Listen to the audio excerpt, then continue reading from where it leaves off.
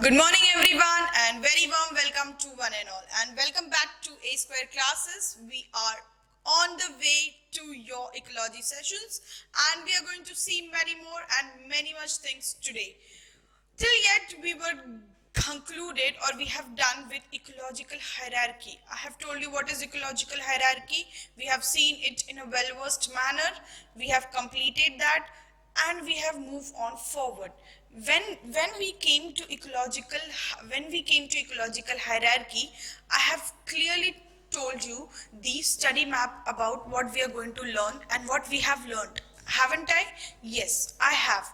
उसके बाद मैंने आपको बताया कि हम नेक्स्ट टॉपिक क्या पढ़ने वाले हैं. उसके बाद मैंने आपको बताया कि हम आगे का क्या देखेंगे. ये चीजें तो मैंने आपको पहले ही क्लियर की थी, राइट? याद आ रहा है? क्यों मैं अभी आपको ये चीजें डिस्कस कर रही हूँ, क्यों मैं आपको अभी ये सारी चीजें बता रही हूँ? क्योंकि अब हम वो स्टेज पे हैं ना कि अब हमसे क्वेश्चन सॉल्व होने चाहिए. अब हमें क्वेश्चन सिंप्लीफाई होने चाहिए. अब हमें क्वेश्चन व्यू होना चाहिए कि इस टॉपिक का ये क्वेश्चन है. Because we have completed all ecological hierarchy, we are going to complete today the abiotic factors का जो कॉन्सेप्ट था ना, याद आया? Ecological factors was classified into two ways, biotic and abiotic. और अबायोटिक में मैंने आपको 4 चीजें बताई थी. ये जो मैं पढ़ाने वाली थी वो था water, light, soil, temperature. Temperature हो गया हमारा, लाइट मैंने आपको अच्छे से पढ़ाया, सॉइल में मैंने आपको बहुत सारी चीजें पढ़ाई. और फिर उसके बाद हम अब आगे बढ़ने वाले हैं कि अगर हम अबायोटिक फैक्टर्स देखते हैं तो वो अबायोटिक फैक्टर्स के बाद व्हाट आर देयर रिस्पॉन्सेस. अगर वो जैसे कि मैंने आपको बताया कि एनवायरमेंटल फैक्टर्स वैसे फैक्टर्स होते हैं जिसका रिस्पॉन्ड मिलता है, समझ में आया? जिसपे जो लाइफ ऑफ ऑर्गेनिज्म पे बहुत ज्यादा अफेक्ट करता है. They usually affect the life of organism, right? They do, exactly. So when they affect the life of organism, how do organism respond to their process, or how do organism respond to abiotic factors? अगर these factors or अगर all these factors, abiotic factors, are affecting life, how do life shows their responses, or how do life shows their adaptations, how do light have their permutation combination with this factor? We are going to see it today. So अब आते हैं topic पर. इतने लंबे चौड़े introduction के बाद give the very important, very interesting and very new topic, that is regulation और रिएक्शन और respond of to abiotic factors. समझ में आया? मैंने आपको 3 चीजें कौन कौन सी कही, क्या क्या कहा? रेगुलेशन, रिस्पॉन्ड, रिएक्शन, और आप इसको एक तरह से कहते हैं responsiveness. What is the responsiveness? How do living organism respond to their abiotic factor? So please my friends, give the very new, very interesting topic, that is responding factors. Respond to abiotic factors says that environmental factors or ecological factors are those factors which affect the life. इतना तो पता ही आपको. Why this but you know environment के जो climatic zones हैं, environment के जो factors हैं, environment keep on changing, keep on fluctuating. So you can write it as and time. What did I said? I said environmental factors keep on changing based on the zone and time. ये environmental factors का जो affect होता है, जैसे abiotic factors या biotic factors, कुछ zone में अलग इफेक्ट दिखाते हैं और कुछ जोन में अलग इफेक्ट दिखाते हैं. उसी फिनोमेना को हमने यहाँ लिखा कि environmental factors keep on changing based on the zone और based on किस टाइम पीरियड पे वो प्रेजेंट है. जैसे कि अगर मैं आपको टाइम की बात दे दूं तो सबसे अच्छा एग्जाम्पल मैं आपको सीजन्स का दे दूंगी. समझ में आया? हाउ सीजन्स, बरसात के सीजन में कुछ और वेरिएशन दिखा रहे हैं ऑर्गेनिज्म, गर्मियों में कुछ और दिखा रहे हैं, स्प्रिंग में कुछ और दिखा रहे हैं, ठंडियों में कुछ और दिखा रहे हैं. तो क्या हो गया? टाइम के हिसाब से चेंजेस दिखा रहे हैं ना. क्यों? क्योंकि एनवायरमेंट बदल रहा है, एनवायरमेंटल फैक्टर बदल रहा है, इसीलिए वो भी वेरिएशन दिखा रहे हैं. और ये जो वेरिएशंस है ये हमेशा बदलते रहते हैं. और इसी को एक अच्छे वर्ड में अगर मैं आपको चेंजिंग से रिप्लेस करूं तो you can write it as fluctuating. Clear? क्या कहा मैंने? Environmental factors keep on changing due to based on the zone and time. When environmental factors keep on changing based on zone and time, the external environment is very fluctuant. Body के around का जो environment है वो बहुत ज्यादा फ्लक्चुएंट होता है. कैसा होता है? वेरी करता है, बहुत ज्यादा अपने जोनल में ही अलग अलग टाइप्स के दिखाता है. So you can write it as external environment is fluctuant. External environment is fluctuant or very variable. It variates due to time and zone. मैंने आपको ये पॉइंट यहाँ लिखवाया है. उसी पॉइंट को आपके मैंने क्या कहा कि environmental factors अगर चेंज हो रहे हैं based on zone and time, so वही एक्सटर्नल एनवायरमेंट इज फ्लक्चुएंट. उन्हीं की वजह से एक्सटर्नल एनवायरनमेंट कैसा हो जाता है? They fluctuate, and due to what are this fluctuating environment, you can see drought, you can see excessive rainfall, you can see feminism, that is dryness, no growth of the plant. You can also see heavy rainfall, you can also see high temperature, you can see low temperature. When these all things are seen, what do you understand by this? You can see pH, you can see variable salinity. कल ही तो पढ़ाया था last class में salinity क्या होता है. क्या होता है बच्चों बताओ? सॉल्ट प्रेजेंट होता है ना जब अमाउंट ऑफ किसी भी क्वांटिटी में पार्ट्स पर थाउजेंड में. याद आ रहा है? वही बताया था मैंने. इसी क्यों ये सारी चीजें हमने पहले क्यों पढ़ी? ताकि हमें आगे की चीज कॉन्सेप्ट क्लियर हो जाए, आगे की चीज हमें अच्छे से समझ में आया. समझे मैं क्या बोलना चाह रही थी? So this environmental fluctuant can be seen due to variant rainfall, temperature. It can be either heavy temperature or low temperature. It can be either high temperature or it can be either low temperature. You can write it as temperature. It can be either high temperature or it can be either low temperature. समझ में आया? एक तो temperature की वजह से हो सकता है, रेनफॉल की वजह से हो सकता है, विंटर सीजनल वेरिएशंस हम आपको जब दिख जाता है तो उसी को हम ये सारी चीजें कहते हैं कि वो एक्सटर्नल फैक्टर डिपेंड करता है, वो एक्सटर्नल एनवायरनमेंट डिपेंड करता है. और बेसिकली ये सारी चीजें जो हैं, ये मैं आपको क्यों वेरिएशन पढ़ा रही हूँ, it affects life. External environment तो चेंज हो गया, temperature, rainfall, drought, pH, drought मतलब सूखापन, dryness, no area of land, there is no presence of water in that area. भूखमरी, उसके वजह से भूखमरी कॉज हो जाती है. What is भूखमरी? That is called as due to unemployment. There is no cultivation, no yield formation, no proper mechanization. When there are no these things, no companies, no industries, no economy, and when there is no proper source of rain, no proper source of food, when no proper source of food, rain, and this climatic zones get affected, will lead to formation. Those areas are referred to as a drought areas or formation of drought areas can be seen. समझ में आया? ये सब किस लिए हो रहा है? क्योंकि एक्सटर्नल एनवायरनमेंट जो है वो बच्चों कांस्टेंट नहीं है, वो बार बार वेरिएशन दिखाता है. कैसा variation? Rainfall, heavy rainfall, high temperature, low temperature, ये सारी चीजें वो दिखाता है. ठीक है. What about internal environment? Internal environment, right it, internal environment, few organism constant, remains constant,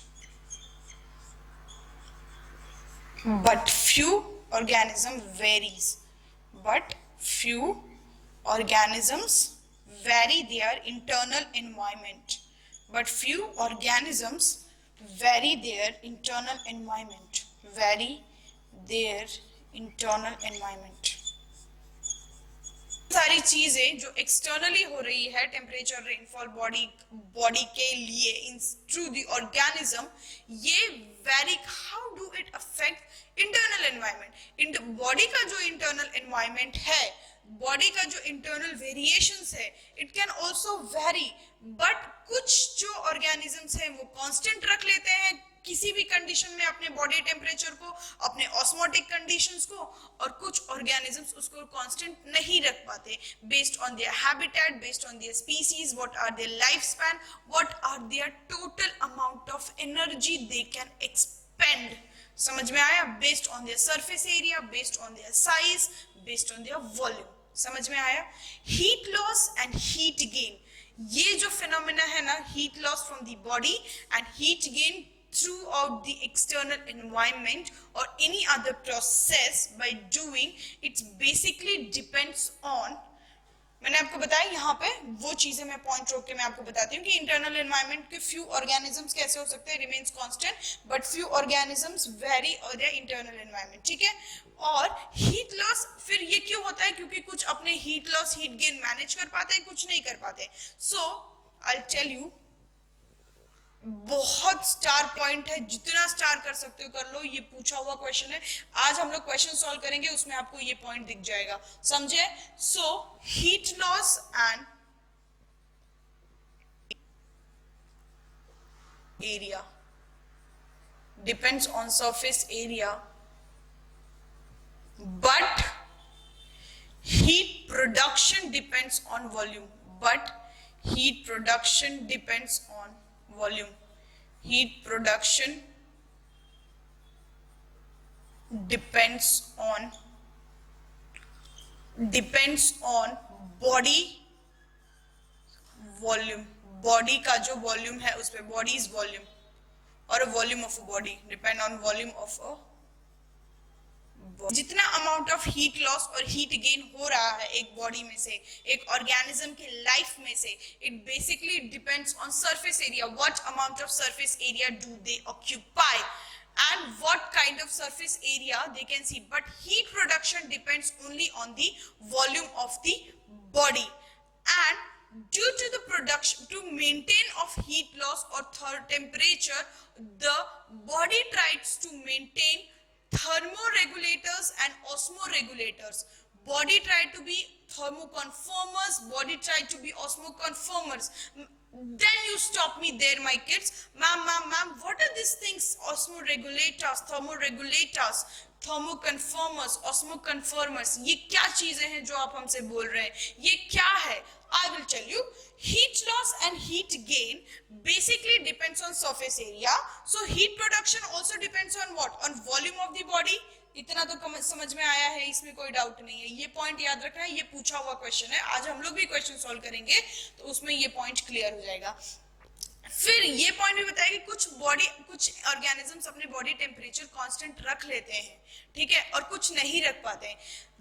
और ये किस प्रोसेस से, किस प्रोसेस से अपने बॉडी टेम्परेचर, किस प्रोसेस से अपना ऑस्मोटिक कंडीशंस कांस्टेंट रखते हैं, क्या करते हैं? It occurs through various biochemical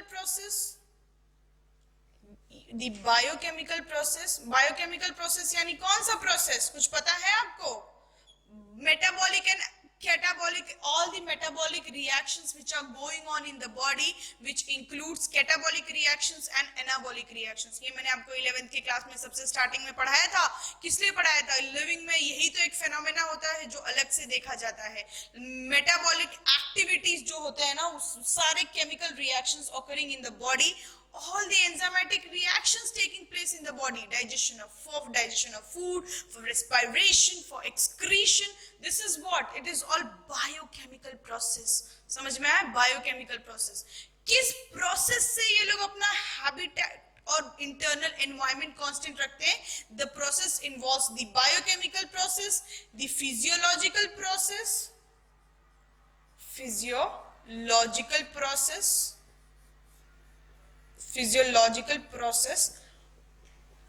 or behavioral process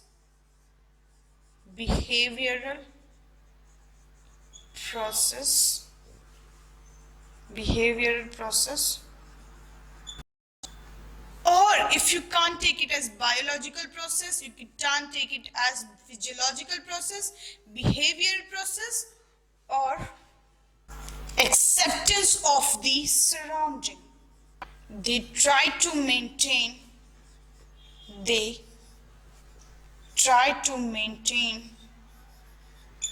try to maintain their internal environment.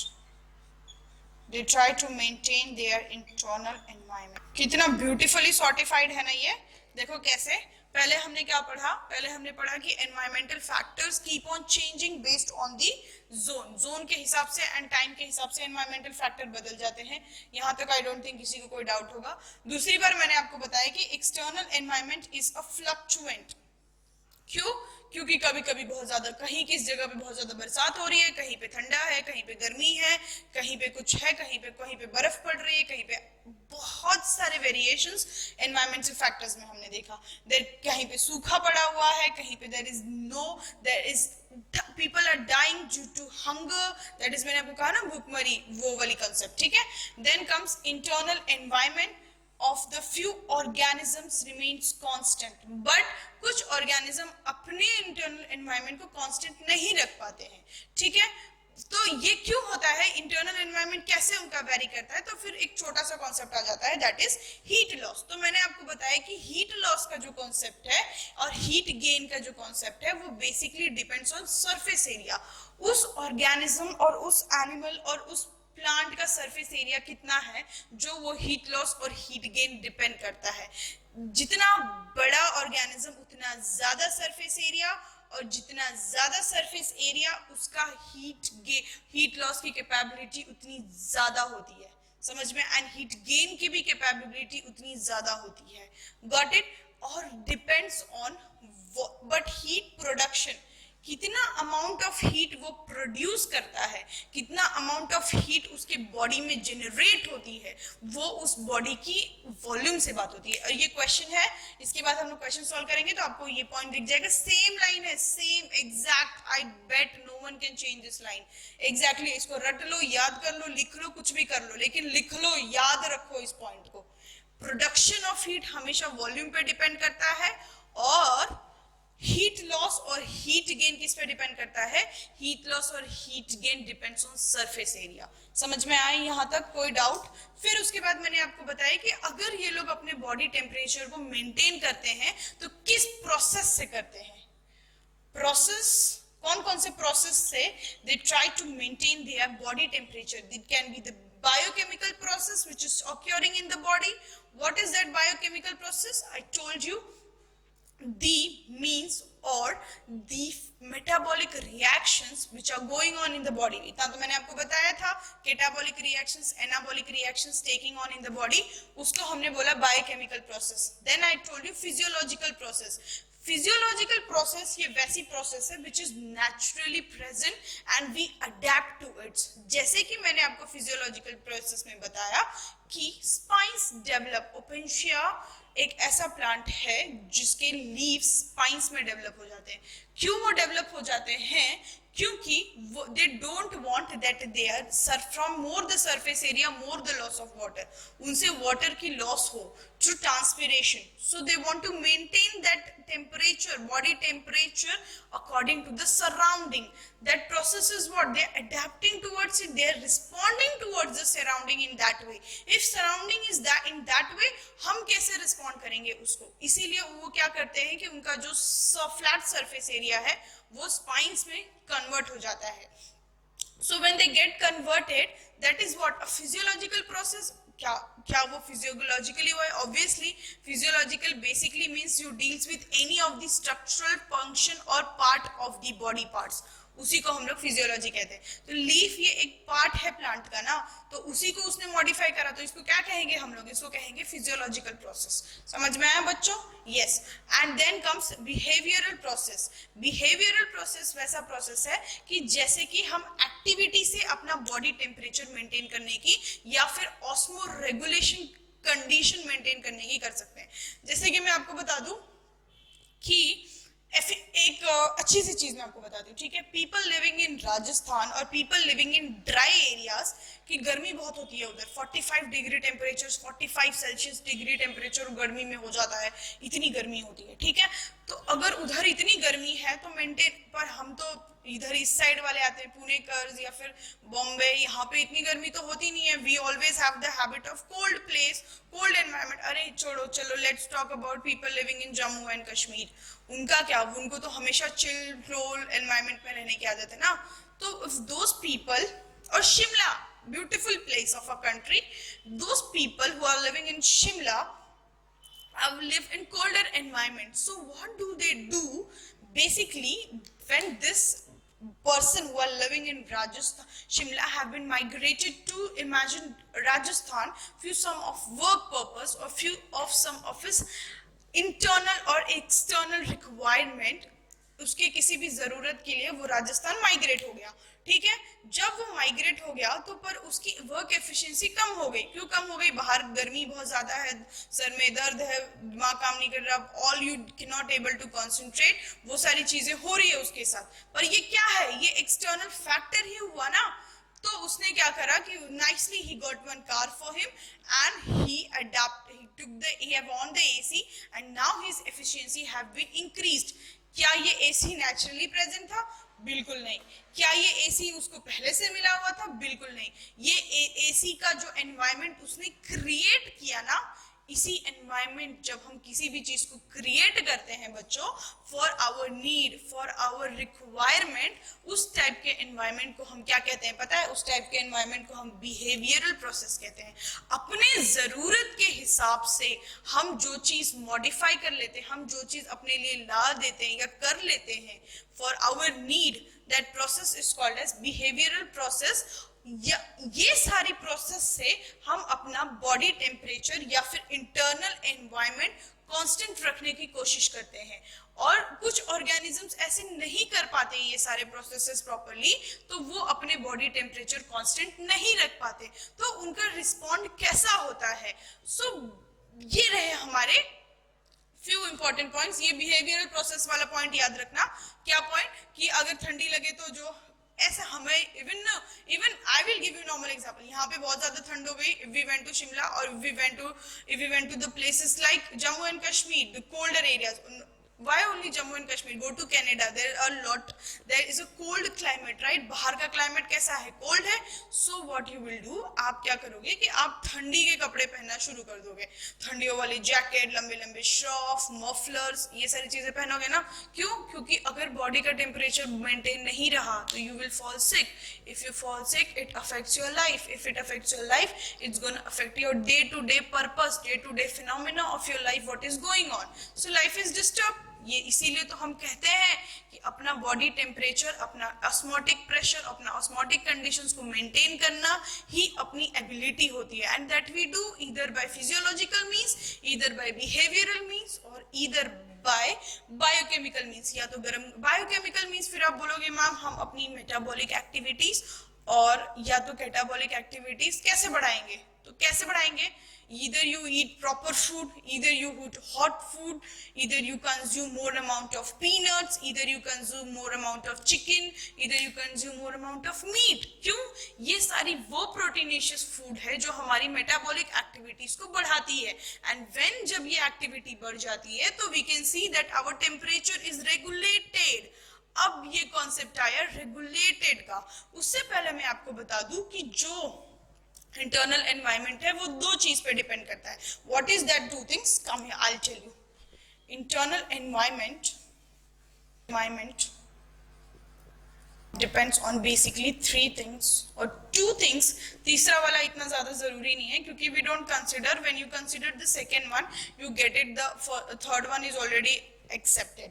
So internal environment का ये दो चीज का जो ये मिक्सचर है, it is osmotic conditions. When you try to maintain these two things properly, when you try to have these two things properly, thermal और osmotic conditions, you know what, aquatic animals में जो भी दिक्कतें आती है ना, याद है पिछले क्लास में मैंने आपको एक्टोऑस्मोसिस, एंडोऑस्मोसिस बताया था. फ्रेश वाटर में एंडोऑस्मोसिस की दिक्कत हो जाती है और सलाइन वाटर में एक्टोऑस्मोसिस. याद है? चलो पिछले वीडियोस देखो और पिछले पन्ने पलटो, आपने लिखे होंगे क्योंकि मैंने पढ़ाया है वो चीज. ठीक है? तो तो वो जब मैंने पढ़ाया था तो मैंने आपको ये चीज बताई थी कि ऑस्मोटिक कंडीशंस की वजह से एक्वाटिक ऑर्गेनिज्म का थोड़ा जो लाइफ वेरिएटेंट है या फिर जो बोलते हैं लाइफ एडेप्टेबिलिटी है वो थोड़ा डिस्टर्ब हो जाती है। तो वही कॉन्सेप्ट पढ़ाया था ना, एक्टोऑस्मोसिस एंडोऑस्मोसिस। सो ये क्वेश्चन पूछा गया है, क्या है ये question, how this type of question, तो इससे क्या क्वेश्चन अराइज होते हैं। सबसे पहली बात मैम ये पढ़ रहे हैं तो इससे कैसा क्वेश्चन अराइज होता है, इससे ये क्वेश्चन अराइज होता है कि aquatic plant or aquatic organism shows what kind of variation, what kind of variations. So I said aquatic organism shows what kind of, the question was aquatic organism shows what kind of variation. तो उसका answer ये था osmotic conditions. समझ में आया आपको? और aquatic animals या ऑर्गेटिक ऑर्गेनिजम्स जो होते हैं वो कैसा वेरिएशंस दिखाते हैं, तो वो ऑस्मोटिक कंडीशंस वेरिएशन दिखाते हैं। और जो टेरेस्ट्रियल होते हैं वो show some amount of aquatic भी दिखाते हैं और some amount of thermal variations भी दिखाते हैं। उनको basically human beings are what, human beings को थर्मली बहुत ज्यादा वेरिएबल करना पड़ता है। कि मैं बता दूं कि जैसे now if you go to Delhi you get a temperature of 40 degree Celsius, you go to Jammu and Kashmir you can get temperature of 18, 19, 20. These all temperature variations, so we have to get adapted to those temperature na. So when you talk about thermal conditions, you talked about internal environment, तो उसको हम लोग thermal बोलते हैं। Temperature से related जब भी होता है उसको थर्मल बोलते हैं। और ऑस्मोटिक कंडीशन से जब वो रिलेटेड होता है तो उसको हम लोग किस में देखते हैं, तो एक्वाटिक ऑर्गेनिज्म में देखते हैं। आपके एनसीईआरटी में, हमारे एनसीईआरटी में बेसिकली चार बेहतरीन चीजें दी हुई है। क्या है वो बेहतरीन चीज, मैं आपको बताती हूं कि कैसे, how do this respond to abiotic factors have been seen. इतना तक कोई समझ में आया आपको अच्छे से? कितने अच्छे से हमने पढ़ा है। हमने पहले सारे प्रोसेस पढ़े, प्लीज ये पॉइंट मत भूलना और ये वाला पॉइंट मत भूलना, ठीक है? इसके बाद क्वेश्चन सेशन आज करेंगे छोटा सा, then you will understand this points were very very important. Okay, चलो, that what we have seen is we have seen what is environmental factors, how does it varies. Now we are going to see what is, why there is a need, or jo environment, jo organism try to maintain their internal environment or try to stabilize their internal environment, उसे हम लोग क्या कहते हैं, तो उसे हम लोग कहते हैं होम्योस्टैसिस। होम्योस्टैसिस बच्चों बचपन से पढ़ते आ रहे हैं, याद रखना ये चीज है, ठीक है? द प्रोसेस, मैंने आपको सारे प्रोसेसेस बता दिए हैं, अब देखते हैं इसका डेफिनेशन क्या है। The process by which organism try to maintain their internal environment. The process by which the organisms try to maintain their internal environment is called as homeostasis. Homeostasis.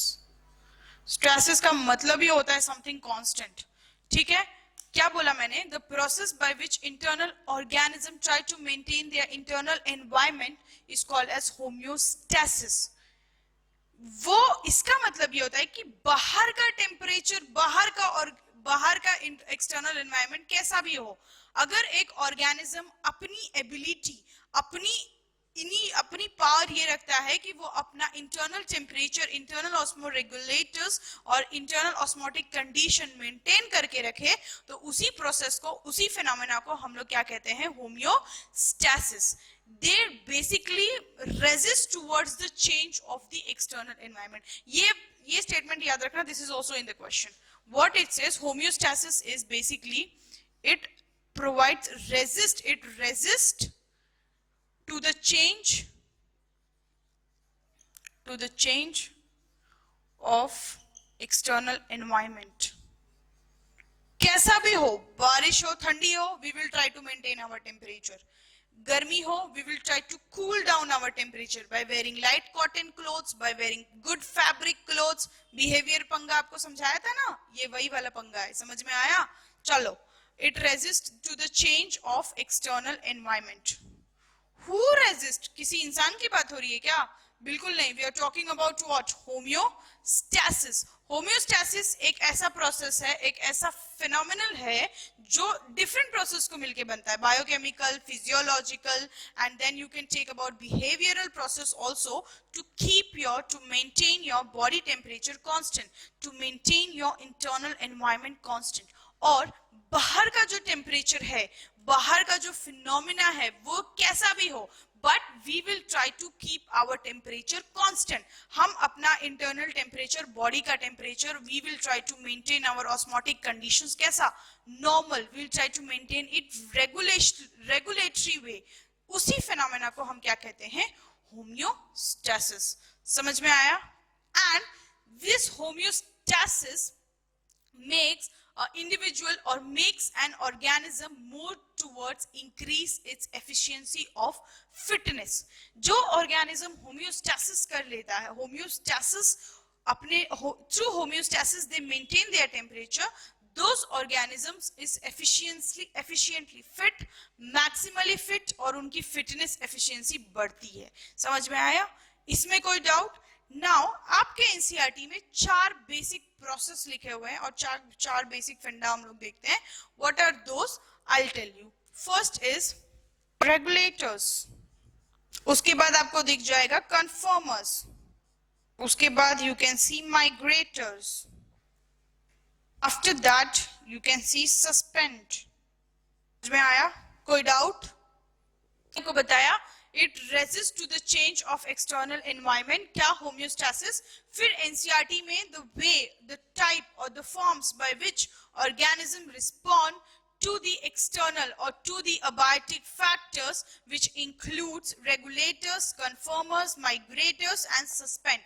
ये 4 ways है. These are the 4 process, or you can write it as these are the 4 ways by which organism respond to abiotic factor. Organism respond to abiotic factor. ठीक है? और ये homeostasis कौन कौन से process से बनता है? कौन कौन से प्रोसेस से कर लेते हैं? पहला बायोकेमिकल, फिजियोलॉजिकल, लॉजिकल भी ले ही लो, morphological, physiological, morphological, and then includes what? बताया आपको? Behavioural.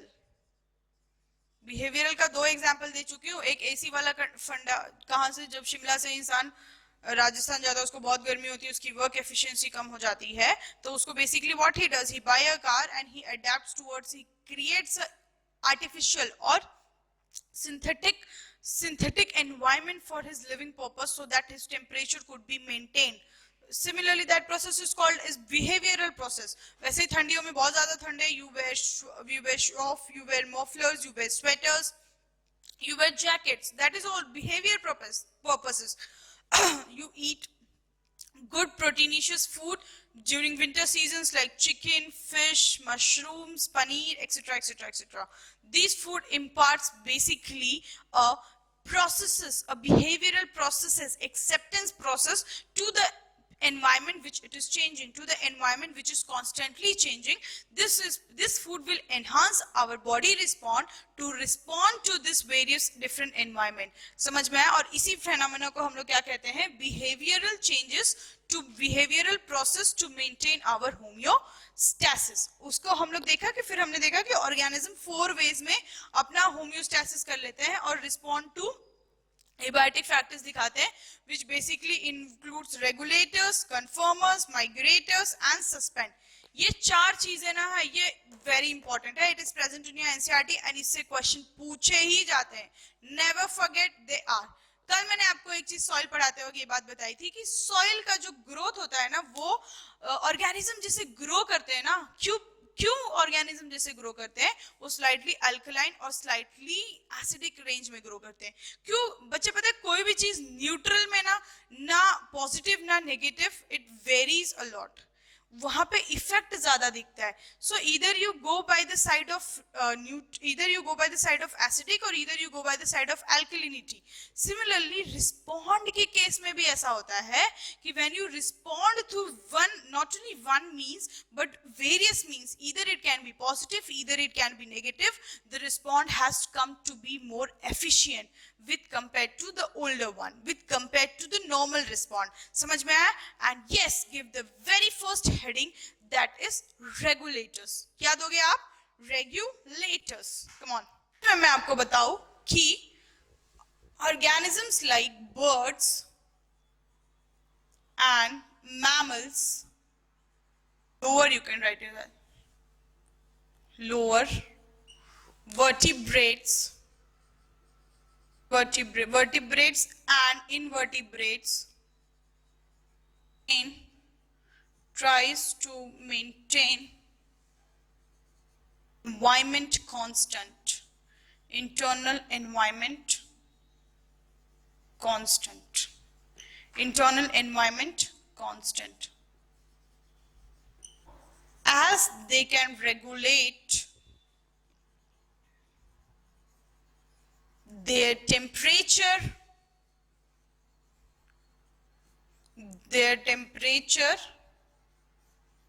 their osmotic conditions,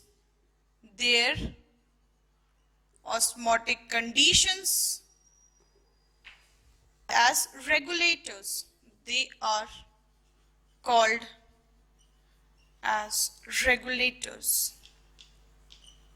Regulators are those organisms, those type of organisms which try to maintain their internal environment constant with, doesn't matter, उनको कोई फर्क नहीं पड़ता कि बाहर का environment कैसा हो, वो अपना अंदर का टेम्परेचर, अंदर का ऑस्मोटिक कंडीशंस कांस्टेंट रखते हैं, एक फ्लो में रहते हैं, और उसी ऑर्गेनिजम्स को हम लोग क्या कहते हैं?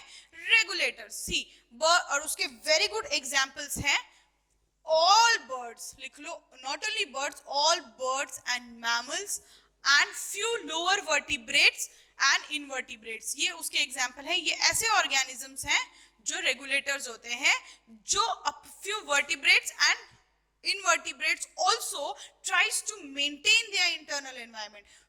और ये किस प्रोसेस से? They do through osmoregulation. They try to maintain through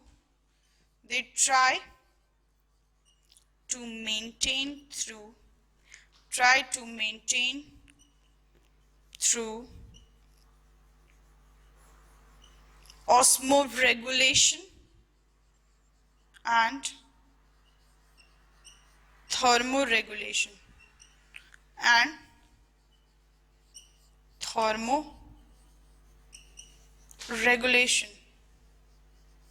Birds or mammals and few other organisms which can maintain their internal temperature, internal osmotic conditions, they are referred to as regulators. और वो किस phenomena से अपना body temperature regulate कर पाते हैं? तो it includes osmoregulation and thermoregulations. These are those two process.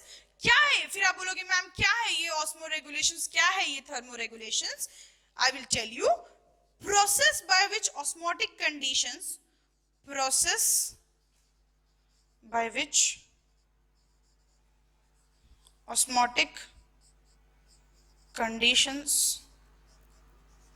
are not varied.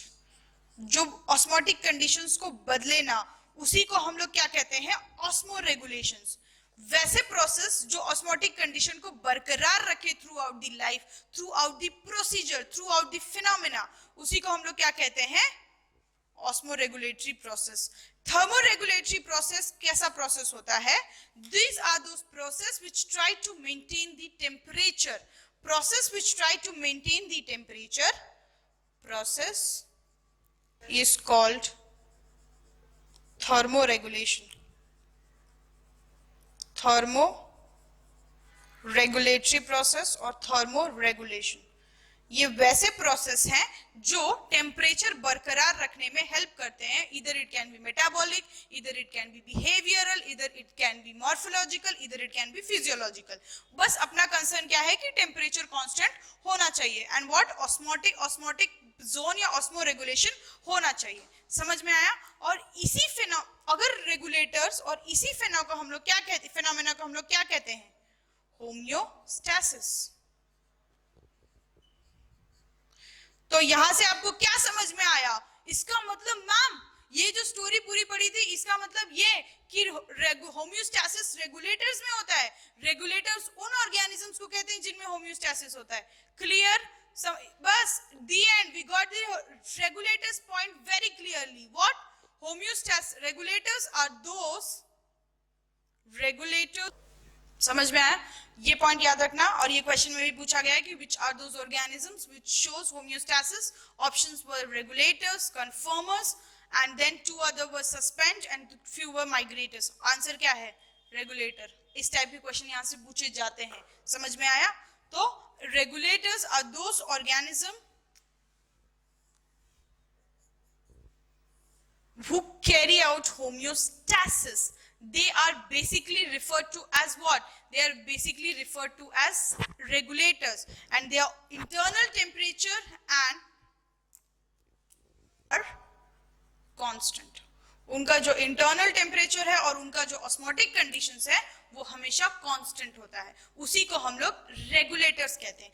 Now comes the question, what are the means, और वो किस मैकेनिज्म से अपने बॉडी टेम्परेचर कांस्टेंट रखते हैं। So now give the heading as mechanism of regulator by which they keep their body temperature constant. Mechanism of regulator by which they maintain their body temperature. All the mammals and birds maintain their body temperature as of that of human.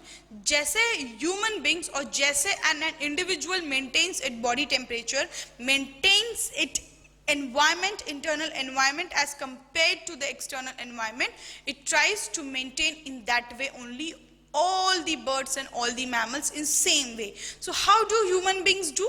I'll tell you. The range of temperature, the body temperature of human being is the body temperature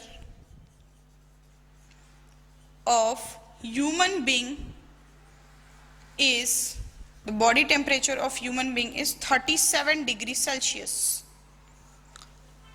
Body temperature of human being is generally 37 degrees Celsius, but it can go lower and lower to 0 degrees Celsius in the polar region, in the frigid zone. समझ में आया? And it can also decrease or also increase to the level of 45 degrees Celsius in the desert areas like Sahara Desert, Thar Desert or Gobi Desert. This desert you can find out your body temperature has been increased to 45 degrees Celsius. How much? It has been increased to 45 degrees Celsius, and it can go lower also to 0 degrees Celsius. So when the temperature when the temperature lowers, write it down, when the temperature lowers, when the temperature lowers or external temperature lowers, body try to show, human body or mammals or birds also show in that way, body try to show of evaporating activity of evaporating or suddenly getting off to the high temperature, that is creating some activity so that your body temperature increases. So creating an activity of shivering, creating an activity of shivering, and this you shiver during the cold season, you shiver during the low temperature. When temperature is low, your body try to show an activity of shivering, and when this kind of activity, physical activity is done, your body tries to adapt those temperature and tries to maintain homeostasis, समझ में आया? Shivering. Similarly, why do the shivering occurs? The shivering occurs basically due to vasoconstriction.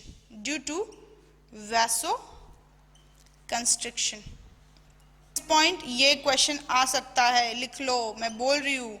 The shivering basically occurs of what? The shivering occurs from vasoconstriction. समझ में आया? आज हम लोग question solve करेंगे, वहां से आपको ये वाला कॉन्सेप्ट क्वेश्चन भी दिखेगा। Mechanism of regulator, the body temperature of human being is generally 37 degree Celsius, वो 45 भी हो जाता है एक्सेसिव गर्मियों में या बहुत ज्यादा गर्मी में, गर्मी के सीजन में, and it comes to 0 also if you goes to the area of polar zone region. But there comes the how do body respond? Body tries to show a physical, a behavioral activity that is called as shivering, and it shivers due to the process of vasoconstriction. Now the question comes, what is vasoconstriction? Vasoconstriction, जब आप आगे में इंशाल्लाह आप जब medical college में पहुंच जाओगे तो you will always remember this point, vaso is something related to blood vessels. जब भी अगर कोई आपसे बोले या पूछे कि जब भी कोई बोले कि ब्लड वेसल्स से रिलेटेड क्या होगा, you should instantly respond vaso. Kidney से कोई रिलेटेड पूछे, you should instantly say renal, क्योंकि ये जो हमारे मेडिकल टर्मिनोलॉजी है, you will come through it one step. Once you go forward you will come to through this terms. Relax. So vasoconstriction is basically narrowing of your blood vessels. When your blood vessels constricts, when your blood vessels narrow, arteries, veins and capillaries, these are your blood vessels, and when they constrict, they leads to an activity of shivering during the cold region, and this phenomena tries to maintain your body temperature. Few hormonal changes can also be seen, like secretion of serotonin, etc, etc, etc. The serotonin hormones, then kidney secretes the hormones like renin during the cold season so that the vasoconstriction could occur properly. ADH secretion, aldosterone hormone is also variant can be seen. So these are the hormonal aspect for which or by which the process, we do any kind of process by which the temperature is regulated, temperature is increased in the body. समझ में आया? What if the outside temperature is more, or what if the external temperature is more? The external temperature is more. When the external temperature is more, the body shows evaporative cooling. The external temperature increases in the body, or the temperature rises up, the external temperature variants the body tries to release sweat, and when those sweat are released, those sweat evaporates and then body feels cold. When body feels little relaxed, that type of process is called as evaporative cooling, and sweating is an example of evaporating cooling. Got it? Understood? Through sweat, it tries to normalize its temperature in when the external temperature is high, and through shivering, it tries to regulate its temperature when the external temperature is low. This type of regulation is called as what? It's called as regulatory process, and these are very well seen in regulators. Got it? Okay. I have taught you what is regulators. These regulators are also referred to as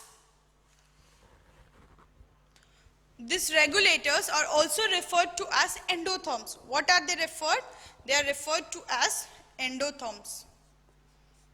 What do this ecologist believe? The great ecologist believe that the success rate of mammals is more, the success rate of survival of mammals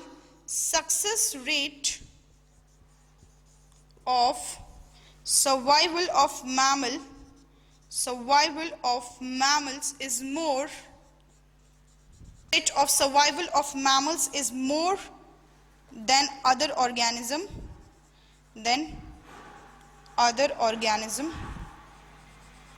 Reason they can survive even in Antarctic zone. They can survive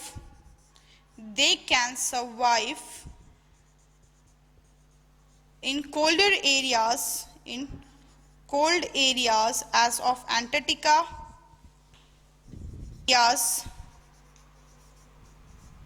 Ecologists believe that most of the success rate of mammals basically depends on what? It basically depends on the homeostasis process of the organism, depend on the homeostasis. This is the reason why they are able to survive properly in as cold as desert, as cold as region of Antarctica and as hot as desert in Sahara Desert. यही वो reason है जो most of the mammals survive in a good way.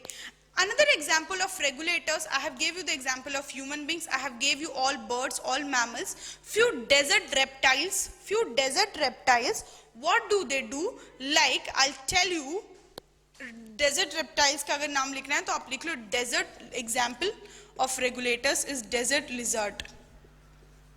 देखेंगे for now onwards, you just remember it. Desert lizard ये वैसा reptile है which for it regulatory purpose if the winter arises, और अगर बाहर बहुत ज्यादा ठंड है तो वो organism basically it bask itself in the sun, it move, तो वो गर्मियों धूप में चले जाते हैं. अगर बहुत ज़्यादा ठंडी है आसपास बाहर के क्लाइमेट में तो वो गर्मी में सन के फ्लो में चले जाएंगे. They move on towards the sun. तो वो कैसे, फिर उनका अडेप्टेशन, फिर उनका रेगुलेशन वही हो जाता है. अगेन या तो बहुत ज़्यादा एक्सेसिव गर्मी अगर उनको लग रही है, then they start burrowing themselves in the soil. So ये क्या हो गया, ये based on the temperature, based on the external environment, they try to adapt themselves, they try to regulate their temperature, they try to regulate their osmotic condition.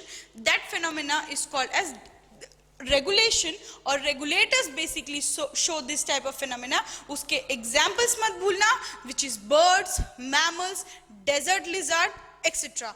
और अगर मैं आपको बता दूं तो फिर ह्यूमंस के केस में भी ऐसा होता है. Humans are also basically what, humans are basically regulators. और कुछ आपके मैंने स्मॉल वर्टिब्रेट्स, इनवर्टिब्रेट्स भी कहे हैं, समझे? कोई डाउट्स? इसको हम लोग एंडोथर्म्स भी बोलते हैं. क्या कहते हैं? एंडोथर्म्स. समझ में आया? यहाँ तक कोई डाउट? Please do. पर फिर एक सवाल उठता है, मैम चलो ये तो प्लांट एनिमल्स हैं कि मतलब जो बेसिकली मूव हो जाते हैं. There are few plants also who are regulators. You know what, 99% के केसेस में बेसिकली सारे के सारे ऑर्गेनिजम्स कैसे होते हैं पता है? कन्फर्मर्स होते हैं. वो कन्फर्मर्स ही होते हैं. And what are conformers I will tell you soon. Plants भी बेसिकली कन्फर्मर्स होते हैं, बट कुछ प्लांट्स जो होते हैं ना, जब अभी हम पार्शियल रेगुलेटर्स पढ़ेंगे तो उसमें आपको समझ में आ जाएगा कि जो प्लांट्स होते हैं अगर उनको अपना बॉडी टेम्परेचर छोटे अमाउंट पे मेंटेन करना है तो they do 3 transpiration. Plants can not move, so इसीलिए वो कैसे अपना बॉडी टेम्परेचर रेगुलेट करते हैं? Through transpiration. Through transpiration. समझ में आया? They try to maintain their body temperature, regulate their body temperature to transpiration. इतना clear है? Now give the very important and the very next topic, that is conformers. We have completed with regulators and we have seen all the important points related to it. Give the next topic, that is conformers.